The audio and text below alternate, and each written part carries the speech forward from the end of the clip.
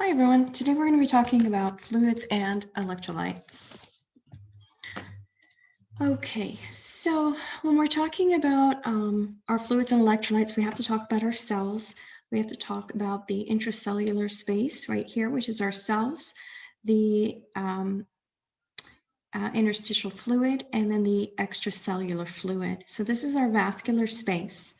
And depending on the type of fluid that we put in our vascular space, the fluid can either stay put in the vascular space as an expander, or it can shift. It can shift to the cell, or it can shift from the cell and draw fluid into the vascular space. So depending on what we need it to do. So for example, if someone is dehydrated and they are dehydrated in their vascular space, that would mean that they would have low blood pressure. And if we wanted to expand their volume, we would give them isotonic solution, which would be a 0.9 normal saline. And that would stay put in the vascular space. Okay, so isotonic fluid, 0.9% normal saline, basically stays where you put it. Okay, if I wanted to shift fluid from the cells to the extracellular fluid, so let's say we have some edema, fluid edema, and the cells are swollen. Then what we would do is we would put some type of hypertonic solution into the extracellular fluid. What would happen then is if we put hypertonic solution in here, it's going to draw the fluid from the edema, from the cells into the vascular space. We can then do a lot of fluid shifts in this manner. So if someone has a lot of fluid, we can shift that fluid edema, shift it into the vascular space using like a hypertonic solution or a medication called albumin. Bring the fluid into the blood volume, and then we can give them a diuretic, in which case then it would, they would urinate it out. The other goes for if we had our cells, we had cellular dehydration. So typically when we have cellular dehydration, the fluid isn't where it's supposed to be, right? So our cells are dehydrated, and that usually means that we have maybe a more of a volume sometimes in our vascular space, but it could go either way. So if we have cellular dehydration, then what we want to do is we want fluid from our vascular space to go into our cells. Okay, and we do that by then giving a hypotonic solution. A good example of this would be 0.45 normal saline. So if we give 0.45 normal saline into the vascular system, then it will hydrate the cells. Okay, the whole goal of our fluid compartments is to be isotonic, is to be equal in all areas. Here's another diagram showing the different compartments and how we can fluid shift from the blood vessel to the cell. This is showing you the osmolarity. This is just in relationship to the isotonic and how it is isotonic and how it is hypo and hyper. Okay. These are our different products that we use. So I've already gone over a couple of them. We have hypotonic is 0.45 normal saline. Okay. We can also give, if we had a cellular dehydration, we could also give this isotonic, which is D5W. The dextrose, it's 5% dextrose in water.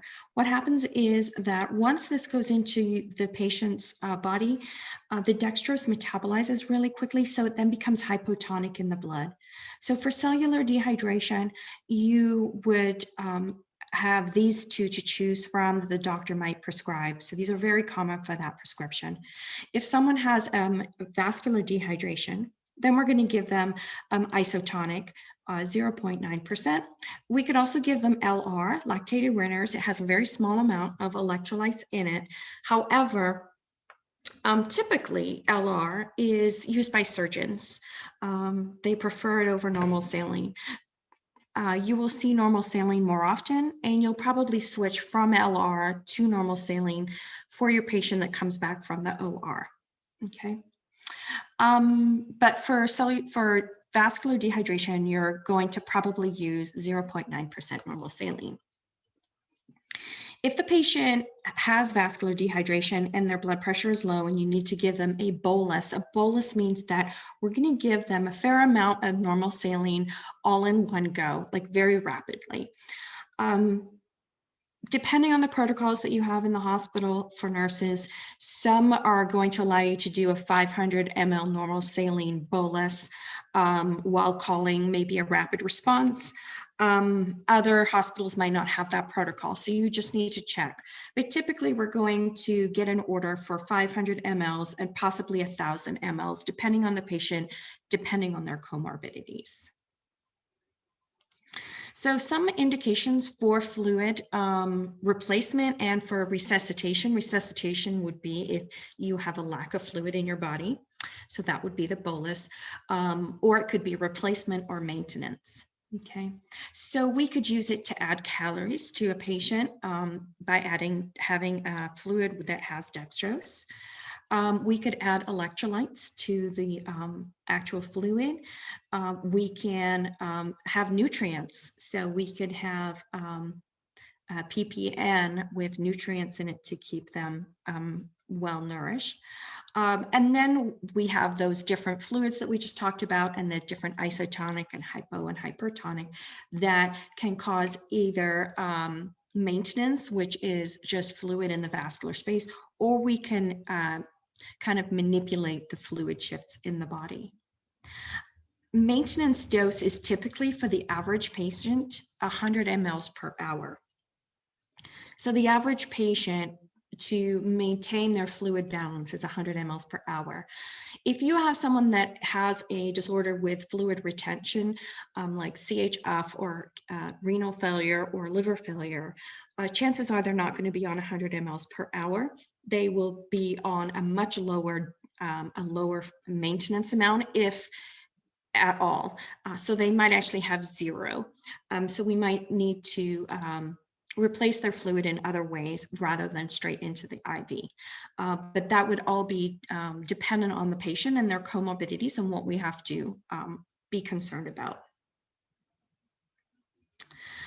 These are some more indications. So like I said, normal saline, 0.9% normal saline, extracellular dehydration, 0.45 intracellular, 3% normal saline.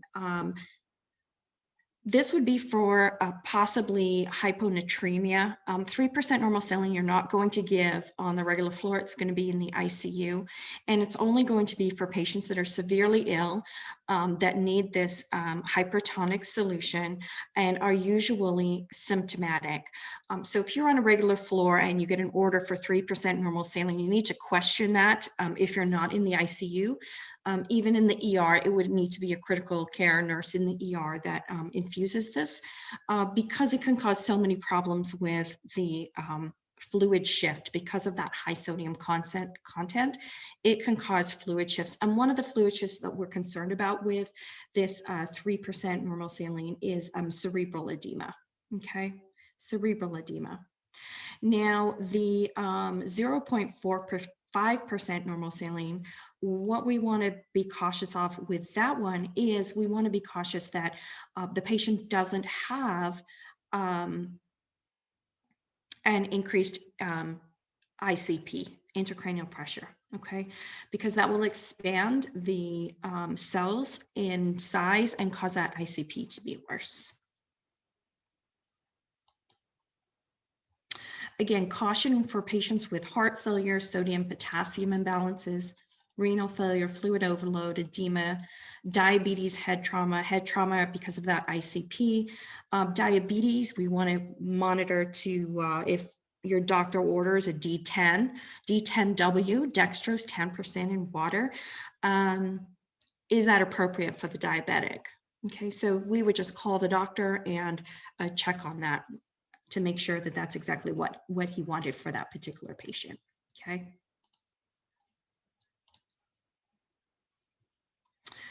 Some adverse effects. So every time that we give medications, this is what we're going to be looking for. We're going to be looking for an overcorrection or an undercorrection of the medication. And so it's no different than with fluids.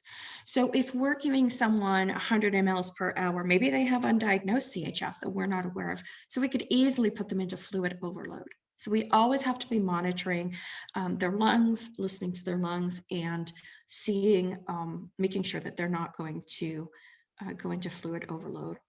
Also, for giving normal saline, we could put them into hypernatremia. They could have a problem with one of their systems that makes it easy for them to go into hypernatremia. If we're giving them D5W, there are no electrolytes or sodium in D5W. And so we could dilute them and cause them to go into hyponatremia.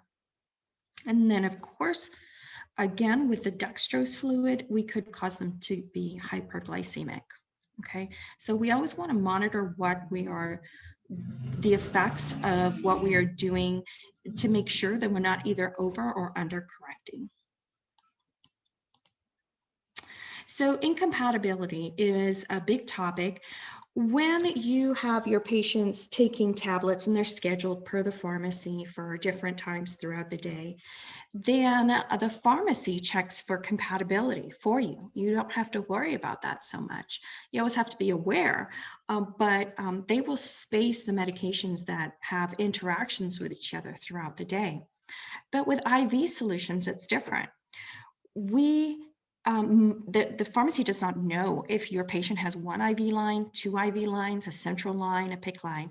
And so it is our responsibility to go into a micromedics type program, whichever program your hospital is licensed with. And we put in the two IV medications into micromedics, and we just type them in, and it tells us that those two are compatible or not. Now, if you're, there are certain things that you absolutely do not run together. So if you're giving blood, for example, you're not going to run any other IV when that blood is being run, because if they have a reaction, is it a reaction to the medication or is it a blood transfusion reaction? Potassium also. Potassium is always hung on its own line, just because there can be some interactions. Plus, potassium is very hard on the vascular space.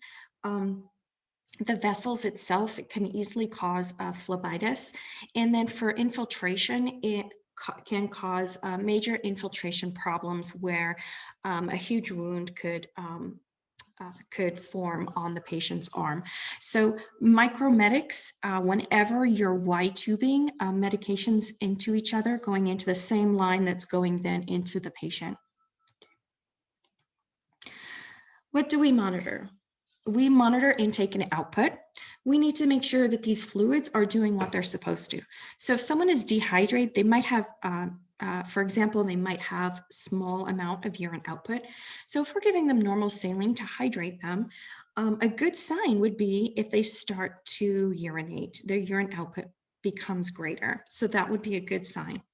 On the other hand, we don't want to overhydrate them. So we might want to see a lot of fluids come out. We might want to see less fluids come out, depending on the fluids that we're giving them and the action that we want those fluids to take.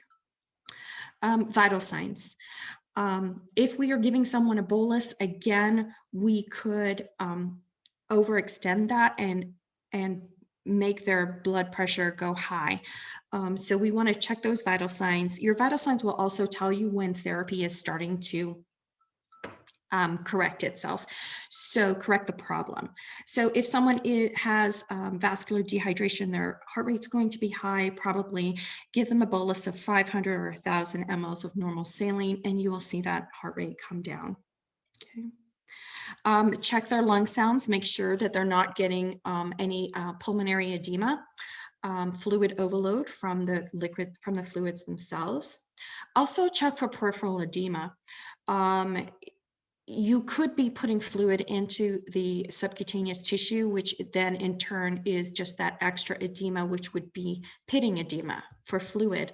And so if they did not have edema previously to this treatment, you might want to watch for that, because some patients, we really do have to fluid overload them to help with the disorder like sepsis, as we were talking in class, to, dilute that bacteria.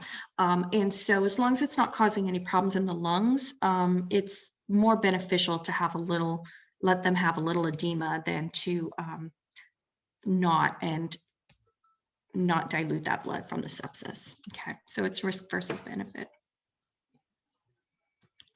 Okay, so let's talk about potassium. So let's talk about hypokalemia. So as we know, potassium, it affects our muscles, and primarily we talk about the cardiac muscle, and potassium itself can cause an excitability to that cardiac muscle. So always think cardiac with potassium.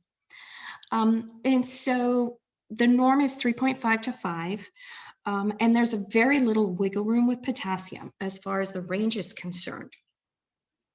So even when you go to the hospitals, they have protocols for potassium replacement, and you might have a patient with a 3.6 or 3.7, and there might be a protocol to replace that potassium.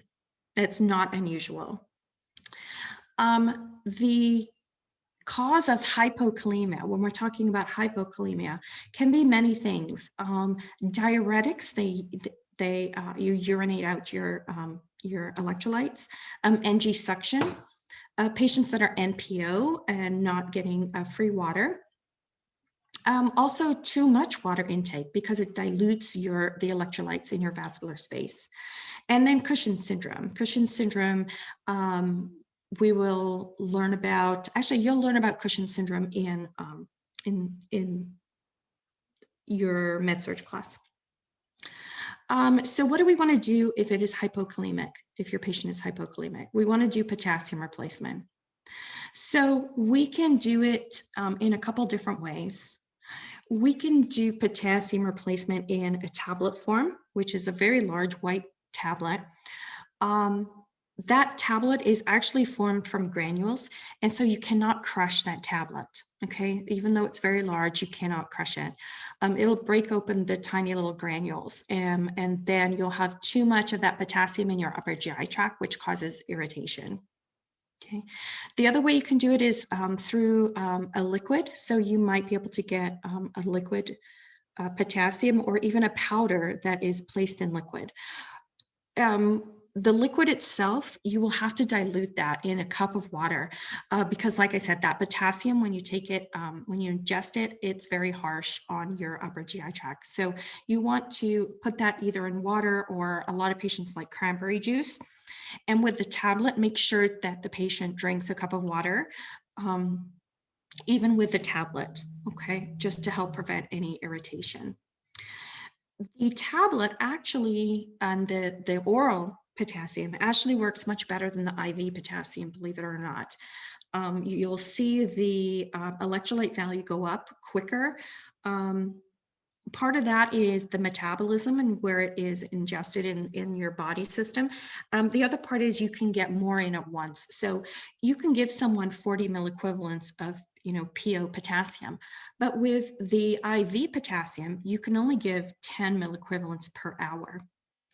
So the IV potassium is very caustic, like I said, on your veins, and 10 milliequivalents an hour. And typically we replace with a minimum of 40 milliequivalents. So now you're talking about a minimum of 4 hours just to get that 40 milliequivalents of potassium into the patient's body.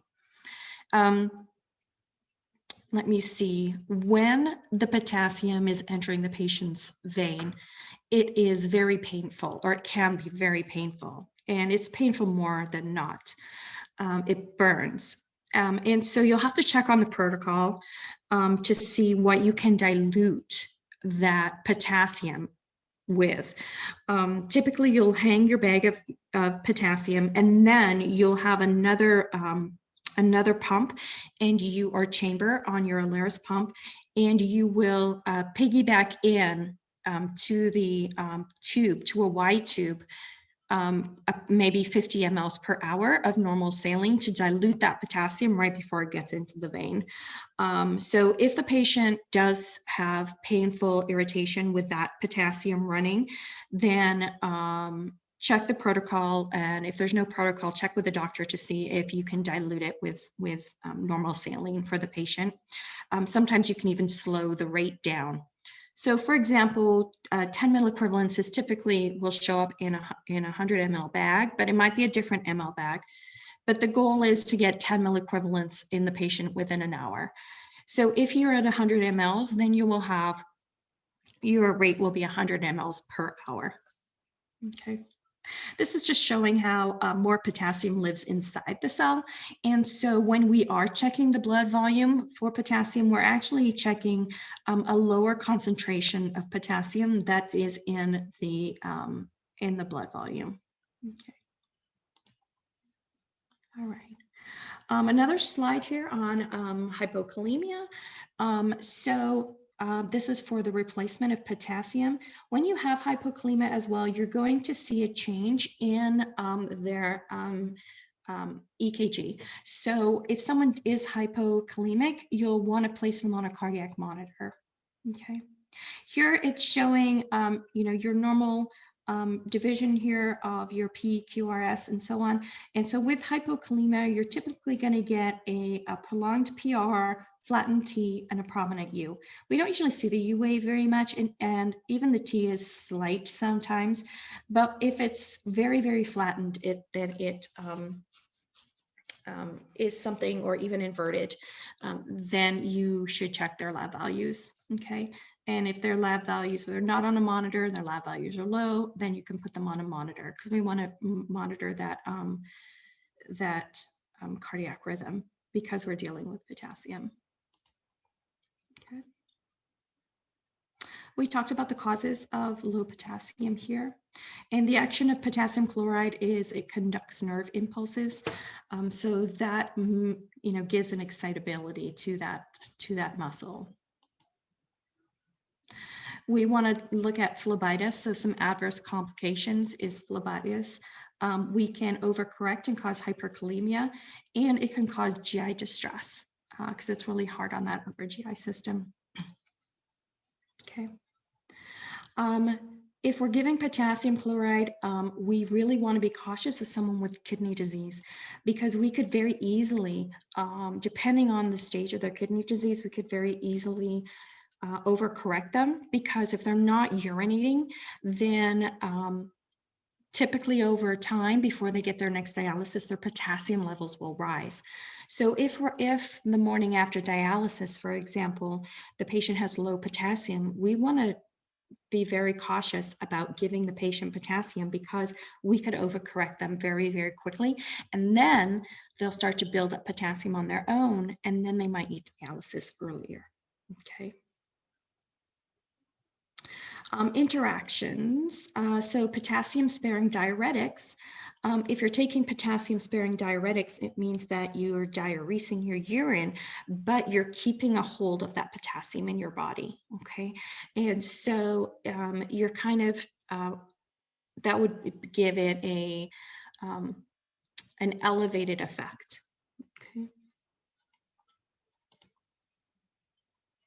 So some nursing considerations for patients with low potassium, which is more common than high, is we want to monitor the MAG levels. Magnesium and potassium kind of go in the same direction. So if our magnesium level is low, then our potassium is usually low. So typically we correct, a lot of times we'll have to correct both of them at the same time. Obviously, and then when we get to magnesium, you'll see that if the potassium is low, it's really hard to get the MAG level up if the potassium is low. So we need to correct the potassium, and then the magnesium, supplemental magnesium that we give them, will help that value rise much easier. Okay. Monitor your lab values and medication. So always be checking in the morning your electrolytes to make sure that they are of a safe value to give the medications that you're going to be giving.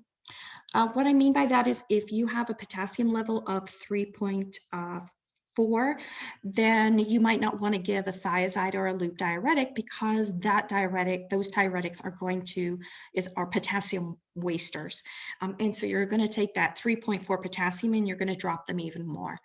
So you always have to look at your labs, your electrolytes prior to giving morning medications. You also need to look at your BUN and creatinine and your AST and ALT to make sure that the liver and the kidney function is appropriate as well. And whenever there is a contraindication of that, then you need to call the doctor. Okay, so you can hold the medication, give the other meds to your other patients, and then call the doctor. Okay. We talked about the PO medication, mixing it with water or cranberry juice and not to crush. No more than 10 milliequivalents an hour. As far as the IV is concerned, obviously a larger bore, like at least a 20, would be preferable, because that means you're in a larger vein. And if you're in a larger vein, then it's not going to irritate the vein as much as if you were in a smaller vein. If you do have low potassium, you want to watch out for digoxin. So if the patient is taking digoxin as another medication, low potassium can cause a digoxin toxicity. Call the doctor on that one, because you don't want them to have the effects of digoxin toxicity. And so you might want to hold off on the digoxin and increase the potassium first before giving the digoxin. Of course, you would call the doctor on that just to verify. Okay.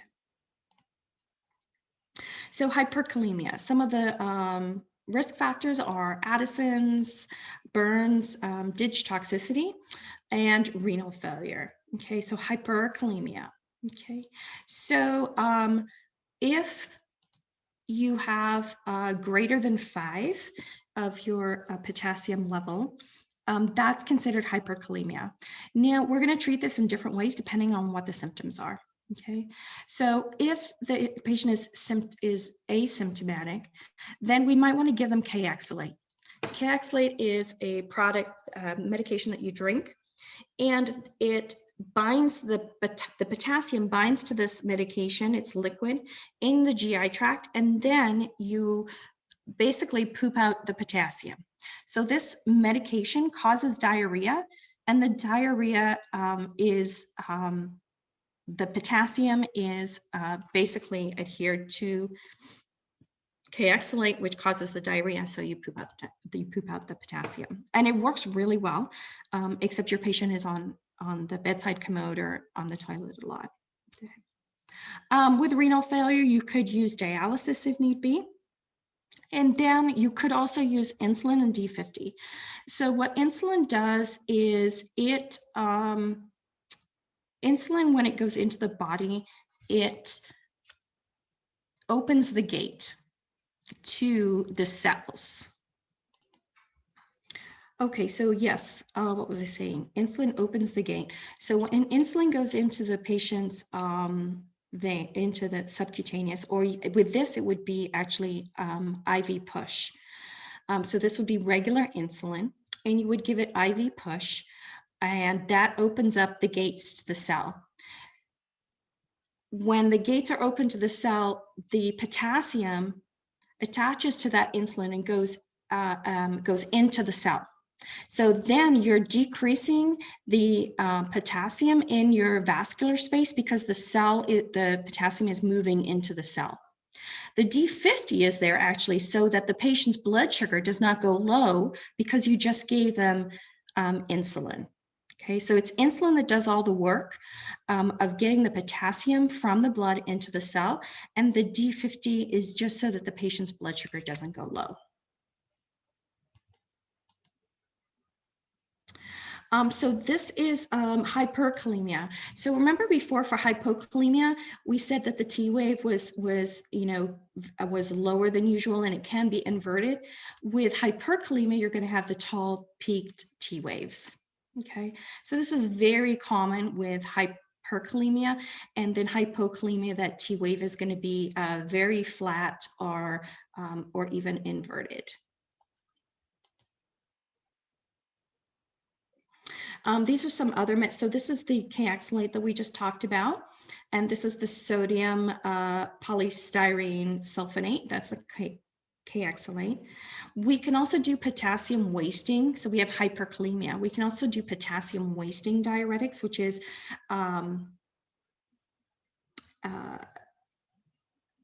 yes, potassium wasting diuretics, which would be the thiazide diuretics and the loop diuretics to get rid of the potassium in the urine. This is incorrect. So ignore this for now, please. Thank you. Our D50 and insulin. Also, if we have high potassium, we could very well have acidosis. So if that's the case, and then they would start to give sodium bicarb, dialysis, and then calcium glutamate. So calcium glutamate can actually be given to help protect the heart muscle and helps avoid toxicity from that potassium. So it's a protectant until that potassium comes down, okay? Okay, so sodium. So hyponatremia. So if we have hyponatremia, that is too little sodium in the blood volume. And I want you to think Na for neuro. So Na is sodium, N is for neuro. So think neuro and think fluid shifts because wherever sodium goes, water follows, right? So if we have hyponatremia, that means that it's low in the blood and it's high in the cell, okay? Some causes are fluid overload. So that would be a dilution effect. Low sodium intake itself, too much antidiuretic hormone, and too much sodium excretion. Okay, so that could be from diuretics, could be from lots of things. It would be hyponatremia is less than 136. So how do we correct hypovolemia? We're just going to talk about hypovolemia right now. Treatment would be sodium tablets, sodium chloride tablets. That would be the best way to treat this, because if it's mild and you don't have any symptoms yet, it's asymptomatic, then that's a nice way to correct it. The other way we could correct it, if they are, somewhat asymptomatic, is with just 0.9% normal saline. Okay. Because that's got saline in it. So it's going to increase the sodium levels in that vascular space. And then finally is that 3% normal saline. Okay. Like I said, ICU only, and it's very, very harsh. So you want to really limit how much you use this. You want to try other effects first. Okay. And we will come back to this.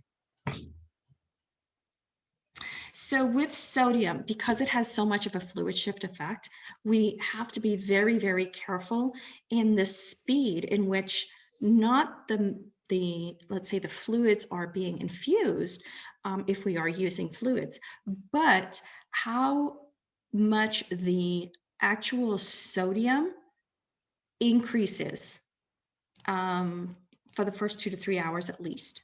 Okay, so we want to we need to be monitoring this. So this patient is going to have blood draws for sodium probably every 4 to 6 hours, and if not earlier, maybe 2. And so we want to make sure that we are monitoring the patient is only, their sodium level is only going up about 1 to 2 milliequivalents per liter per hour for the first few hours. And we do not want it to increase any more than 10 milliequivalents per liter in a 24-hour period. If you have to kind of do math, because you want to keep it under 10 or at 10 milliequivalents in 24 hours. And if you see that the increase in sodium in the blood is going up too quickly, where it's going to meet that 10 milliequivalents in 12 hours, you need to kind of stop what you're doing and call the physician. Okay, that could really cause major adverse effects. It could cause pulmonary edema, and then this ODS, which is directly associated with swelling in the brain. And sometimes there's no coming back from that. Okay, so very, very careful with this, all right? So no more than 10 milliequivalents per liter in a 24-hour period, okay? Nursing considerations, the 3%, like I said, only for severe hyponatremia, and they would have to be symptomatic.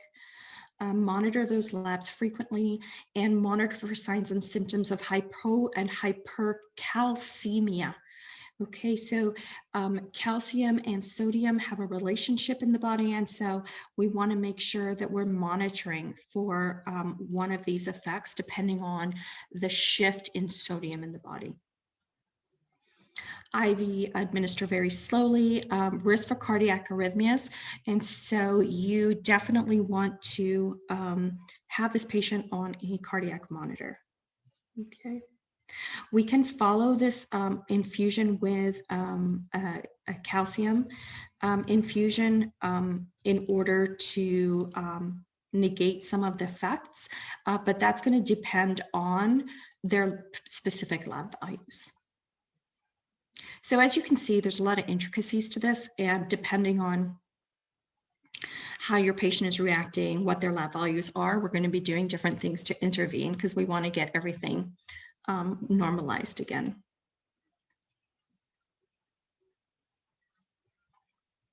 That looks like a duplicate slide to me. Hypernatremia. Okay, so some reasons for hypernatremia are hypercortisolism, which is Cushing's, water deprivation, hypertonic solutions, steroids, and loss of fluid. So this loss of fluid, this water deprivation is all going to have a concentrated effect on the sodium. Okay, we need to take this sodium and bring it down. So here we can dilute with D5W, okay, or half NS. Okay, so D5W or half NS. Typically, it's going to be D5W for the hypernatremia, but depending on the actual possibility of the type of dehydration that can come with this, they might decide to do half NS because that half NS, remember, is going to do a fluid shift. And so that might take some of the sodium from the vascular space into the cellular space, which then decreases the amount of sodium in the vascular space. Okay.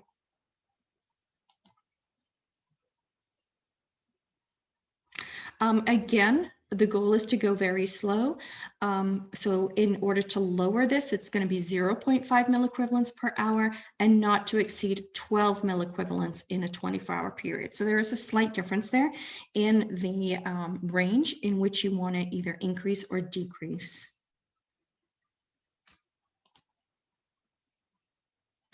Okay, causes of hypomagnesium. So one of the causes are prolonged diarrhea, laxative abuse, and then increased renal excretion. So a lot of these are the same as far as fluid loss. So with fluid loss comes electrolyte imbalances. Okay. So hypomagnesium is considered if it's less than 1.3. And for hypomagnesium, we can give a magnesium supplement. We can give a PO calcium, which helps with the side effects of magnesium, the low side effects of magnesium. And then we can also give them a potassium supplement. Okay, that helps also.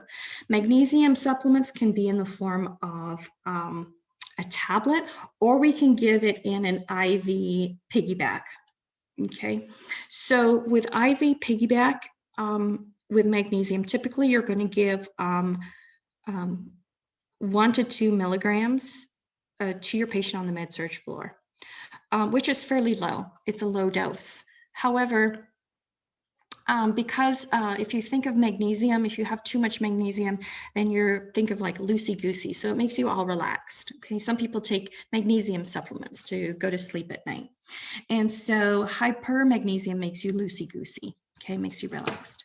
And so with giving too much magnesium IV piggyback, you could go from a hypo state which is maybe a little bit more tetany, too relaxed, too high of a magnesium level. Okay. The potassium, remember we talked about the potassium before, is if the potassium level is low, then they might need a potassium supplement because it's really hard to get this magnesium up if their potassium is also low. So we might give that supplement to then help when giving the magnesium supplement.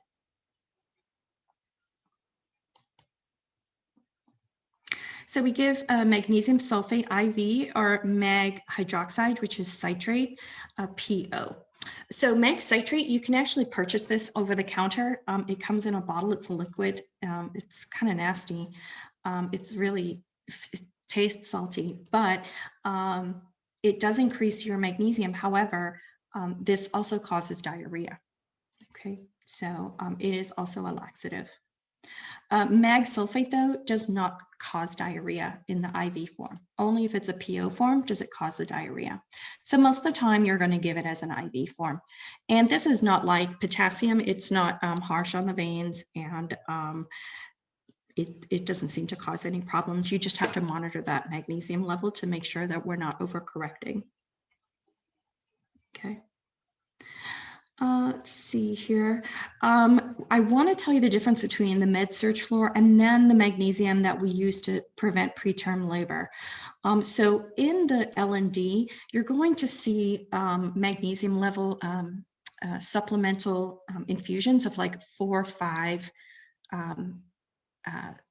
thousand milligrams, whereas on the med-surg floor, we're looking at 1 to 2. So there's a huge difference in protocols on and how much you can give on the L&D floor and then how much you can give on the med-surg floor. So the med-surg floor is much less that you can give than on in the L&D floor. Okay. So adverse effects of giving this magnesium would be muscle weakness, flaccid paralysis, suppression of the AV conduction, respiratory depression, diarrhea, and then hypermagnesium, right? Going the other way. And so if you look at these, you can see that, oh, yes, all of this is kind of, making everything weaker. And so if we overcorrect, then we're giving this magnesium, we could give these side effects from giving that supplemental magnesium.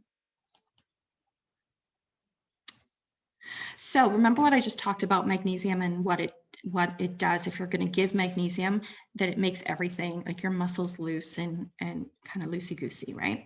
So why would it be contraindicated with an AV block, which is a type of cardiac rhythm? What's occurring? Now think about that for a second.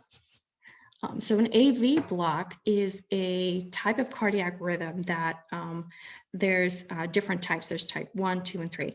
And so as it progresses, it slows the heart rate down. So if we give magnesium sulfate IV, it can actually cause this AV block to be a little slower, for the heart rate to be a little slower. And that's not good because with AV blocks, you can go from 65 beats per minute all the way down to 30. And so we don't want to aggravate this AV block by giving the patient too much mag sulfate. So we need to really monitor that patient, okay? Even with cardiac disease, we need a strong cardiac muscle, heart muscle. And if we don't have that, it can't pump out. And so then as much as it does. And so the cardiac output is going to decrease, which then in turn, decreases our oxygenation throughout our whole body. As far as mag sulfate is concerned and PO absorption is concerned, tetracycline and digoxin do have an interaction with the PO mag hydroxide because it decreases the absorption of the magnesium. So if someone has to be on tetracycline or digoxin, we might need to give a little bit higher dose of the PO magnesium for it to actually work because this tetracycline and digoxin is kind of working against it. So some nursing considerations when giving this supplement is typically we do there's going to be a sliding scale just like there is with potassium. So depending on the level of your magnesium, the sliding scale will show then how much magnesium you need to give. Okay, so typical med surge 1 gram and approximately every 6 hours we can give, whereas for preeclampsia and L&D they're going to give 4 and 5 grams every 4 hours. And I've known them to give more than this as well. So there's a big difference here. Okay. And that's important to note because if you're on the med surg floor and a doctor gives you an order to give 4 grams of mag sulfate, then you would want to question that because that is not a normal dosage on the med surg floor. So if you have too much magnesium, remember it's kind of loosey-goosey, you might want to give, if it goes too much, you might get an order for IV calcium glutamate. So calcium is, causes like tetany, so rigidity. And so if you've got too much looseness with your high, if you have high magnesium, then you'll want to do, you'll expect the physician to order IV calcium glutamate. Because a lot of these electrolytes have a lot of, reactions with each other, some inverse and some not, you're going to want to monitor all of these labs, all of these electrolytes as you're trying to correct the electrolyte imbalance that you currently have. Okay. Use a cardiac monitor, assess their neuro. And then whenever you're giving these electrolytes, always reassess the values. So sometimes with potassium, it'll be part of the protocol. Sometimes depending if what value you're at, they'll want you to reassess in 6 hours. So then you'll have to put it in order for the lab for 6 hours.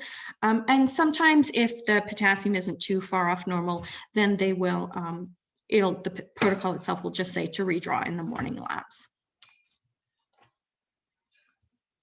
Some causes of hypermagnesium is kidney failure, adrenal insufficiency, and then too many mag supplements. And this would be greater than a 2.1. Okay, so the effects of hypermagnesium, remember, is kind of relaxant. And so we can give IV calcium to reverse that muscle relaxation if it's causing a problem. We're not going to give IV calcium if they're asymptomatic. And then we can give them diuretics because diuretics will help urinate out this electrolyte.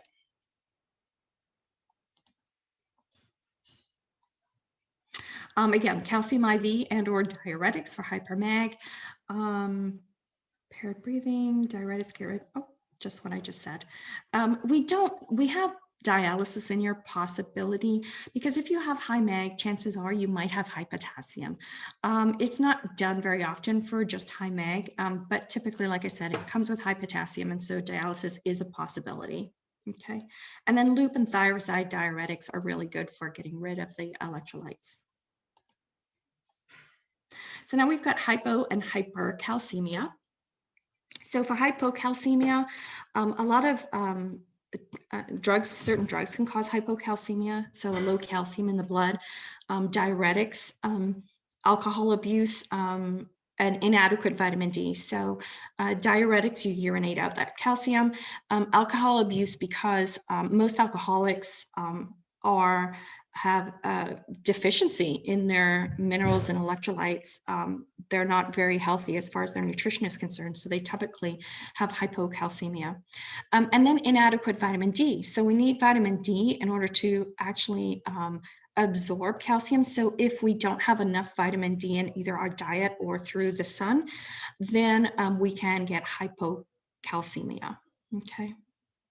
So hypocalcemia is determined as less than 9, and we can give calcitrol for hypocalcemia. Okay, let's go to hypocalcemia slide. Adverse effects from low calcium. Remember, calcium is a tetany, so if you have high levels of calcium, then you're going to be more rigid. And so if you have low levels of calcium, you're going to be more weak and you're going to have possibly have a headache. You don't necessarily want to give calcitrol if you have a patient with renal stones or with hypercalcemia or with an allergy to calcitrol, okay? Many people are allergic to it. This would be counteractive, and then you would need to know what the renal stones were made of. So typically patients with renal stones can be made of different products. It could be uric acid, it could be calcium deposits. So if you have a patient that gets renal stones and they are calcium and they know that they're calcium deposits, then you would not want to give this to the patient. Okay. And then of course, monitor your labs. With hypercalcemia, typically it's a decreased elimination of the calcium from your body, possibly from hyperparathyroidism or maybe a renal insufficiency. So we're keeping that calcium in our body. Okay, and that would be greater than 10.5. So for this, we want to decrease the calcium in our body. So we can give calcitonin, biphosphonates, we can give IV fluids and diuretics. So the diuretics, you're going to urinate out, your IV fluids are going to dilute, and then your biphosphonates and calcitonin help bind the calcium to deplete it from our body. The other thing that we can do for high calcium is Fosamax, which is alendronate. Okay, you'll see that this is also used for patients with BPH, but it is also used for hypercalcemia. So it inhibits, in this particular case, it inhibits reabsorption of the bone by inhibiting the osteoclast activity. So this is actually working on the osteoclasts in the bone structure itself to stop reabsorbing so that your calcium levels come down. Okay. Complications could be musculoskeletal pain. And with this medication, you're going to see this medication again, alendronate, because it is for patients with osteoporosis also. And they have to, this is very specific to this medication. They have to take it first thing in the morning with water, a whole full cup of water, 30 minutes prior to any other medications. They also need to walk around. So they shouldn't be sitting down.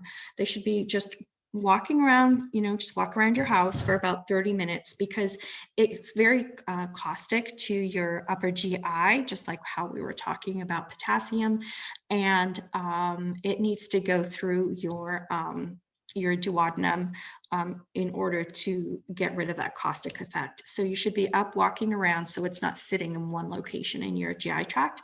And 30 minutes before any other medications, that would indicate that it has a higher likelihood of interacting with other medications when something like that statement is said.